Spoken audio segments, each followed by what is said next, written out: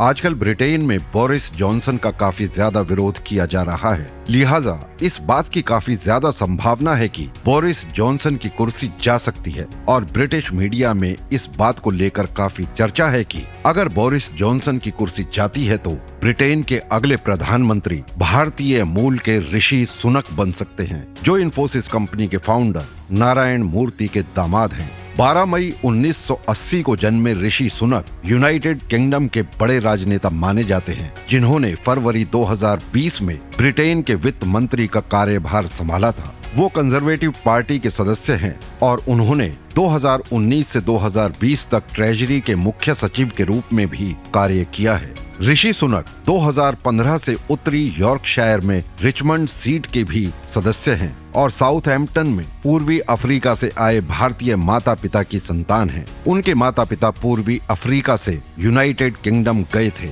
ऋषि सुनक ने अपनी शिक्षा विंचेस्टर कॉलेज से प्राप्त की और बाद में उन्होंने लिंकन कॉलेज, ऑक्सफोर्ड में दर्शन शास्त्र, राजनीति और अर्थशास्त्र की पढ़ाई की और बाद में स्टैनफोर्ड यूनिवर्सिटी से फुलब्राइट स्कॉलर के रूप में MBA किया।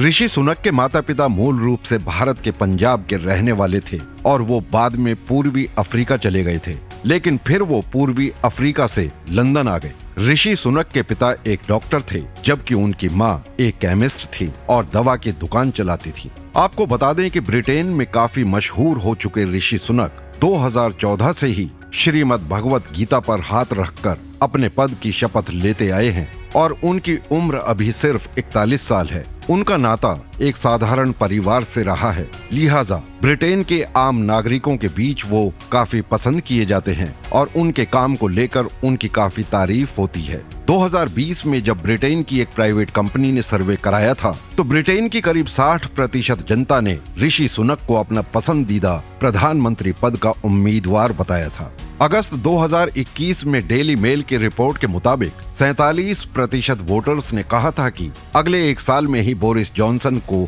अपना पद छोड़ देना चाहिए और ऋषि सुनक को प्रधानमंत्री का दायित्व संभाल लेना चाहिए। डेली मेल के मुताबिक British chancellor Rishi Sunak Tori voters के बीच अपने राजनीतिक समझ और अपने व्यक्तित्व को लेकर एक तरफा पसंदीदा उम्मीदवार हैं।